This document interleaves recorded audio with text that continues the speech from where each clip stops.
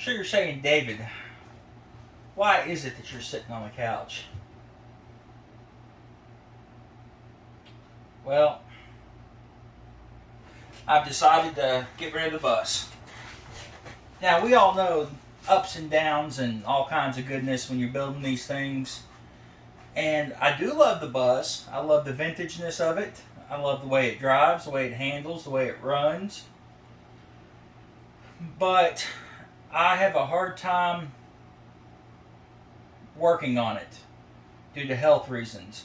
I actually saw a video, Gary Newman replaced a surge tank on his RV and him crawling up underneath that engine to get to it. I was a little bit jealous because there is absolutely no way I can do that. I can't get down on my knees. I can't do anything.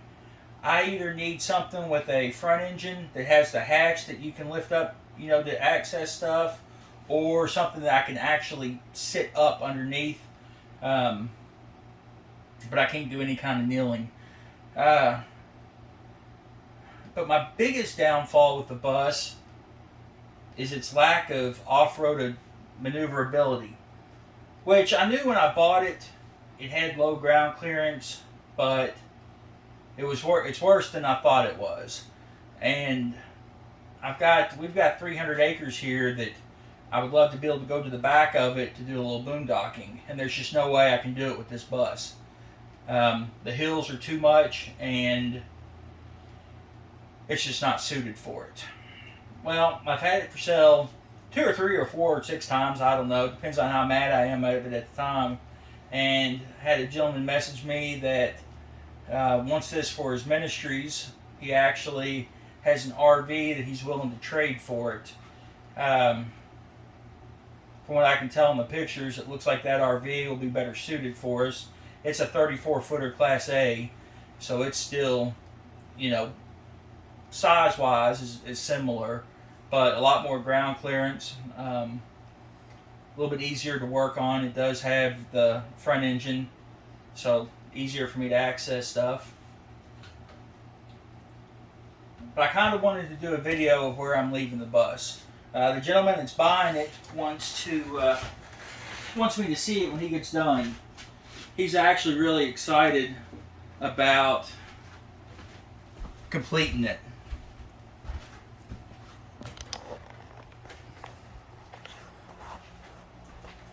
Start back here in the back.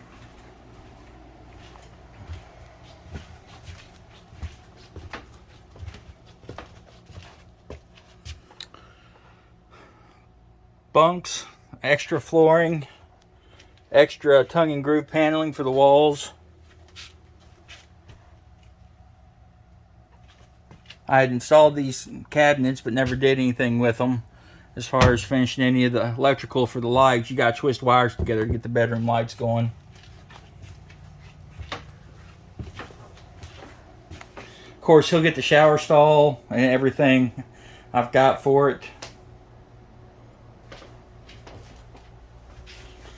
I'm going to miss the porcelain toilet. I've used these before and really like them.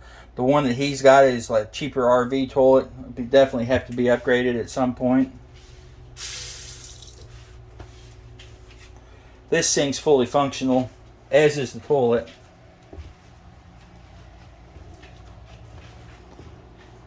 The couch is going with it. Got a cabinet down here for storage. I ran the batteries down, so this charger's cranking.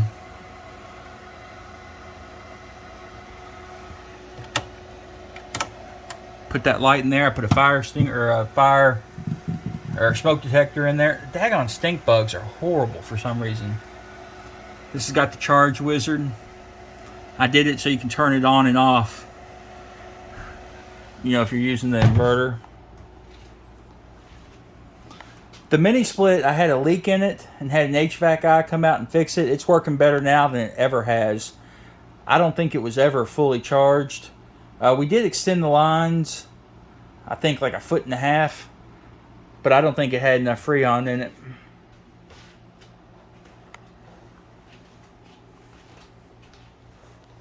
The sink works, except it's not connected back at the gray tank. I haven't gotten that far yet. I am going to send the microwave even though it's dented, if he wants to keep the matching set. You all have seen the pull-out pantries from Gary's bus.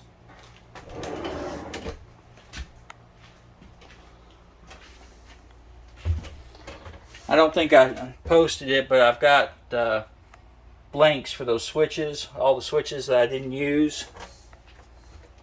I did relocate the shifter to this side when I redid before I put the floor in, because I wasn't going to keep this factory seating, but the air ride seat hit the back and it didn't work out well, so I switched it back to this. All the gauges except for the air gauge have been replaced or updated.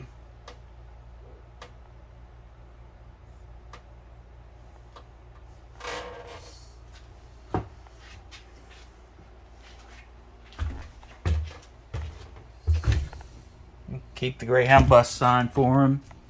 Got some extra sections of butcher block I'm going to send with it. Ooh, a piece I missed staining.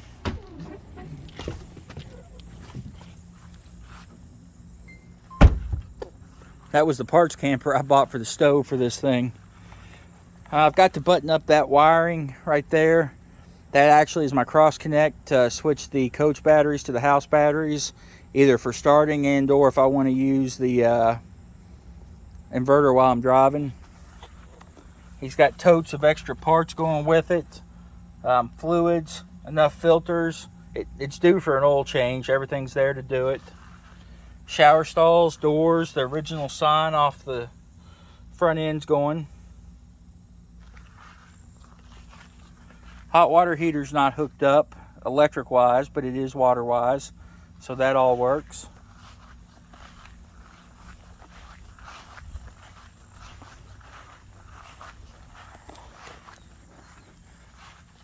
When I did the 12 volt conversion, as you saw, this is how I did the alternator. I actually did it as a temporary ordeal, and it's been that way for a year now. It works great.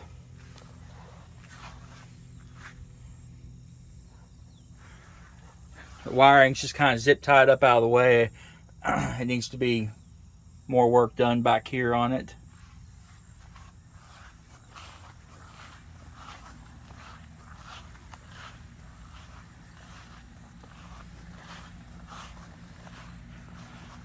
He is getting the power cord because I've got the coach wired for 50 amp, even though that is a 30 amp cord with a 50 amp end on it.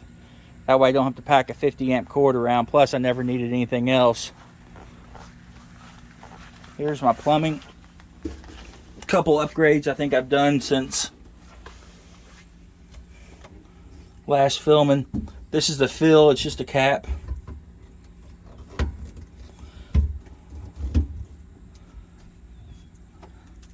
I do have black and gray water tank flushes. I've got that's my water inlet or my water outlet. It's just got a double female on here, depending on which way I want to go with it and what I want to do with it.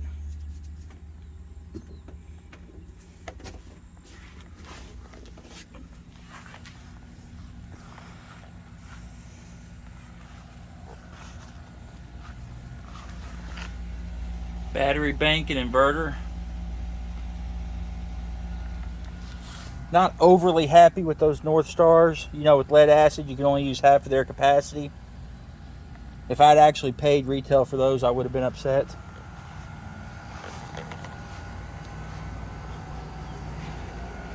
Heat pumps are pumping.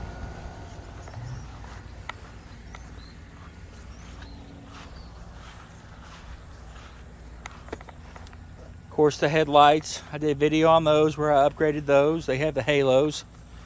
Those are out of a Freightliner or a Peterbilt.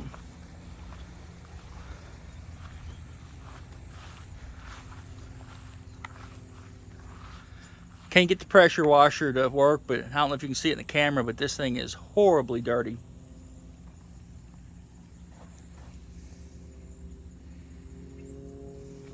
But she's all buttoned up and ready to go to her new owner.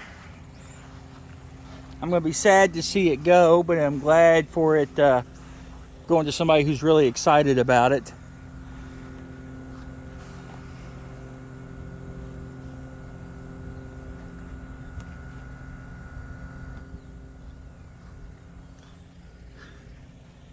It's hard to tell, but way back there is where I like going.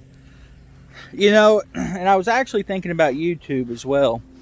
I've got, I think, 553 subscribers. And I've gained probably 100 of those, maybe a few more with the bus build videos. I hope you guys stick around and see what I'm doing with this new RV. You know, obviously none of the driveline or, you know, chassis stuff will relate, but the inside stuff sure will. It is a 99 model and is dated, definitely dated. Stupid stuff like the brass fixtures around the shower stall, you know, that kind of stuff I want to get rid of. But I'll definitely do a video on that, and I want to do a few videos of me inspecting the new one for people, you know, looking to buy RVs. But like I say, it's been a pleasure, you know, interacting with my bus people, and you know, and I'm still going to continue to watch your all's builds, those who I follow, and like I say, hopefully all you guys will stick around, and you know, maybe later on in life I'll get back to a bus. Just right now, it's just not the time for me to have one. So you guys be good and be safe, and we'll catch you next time.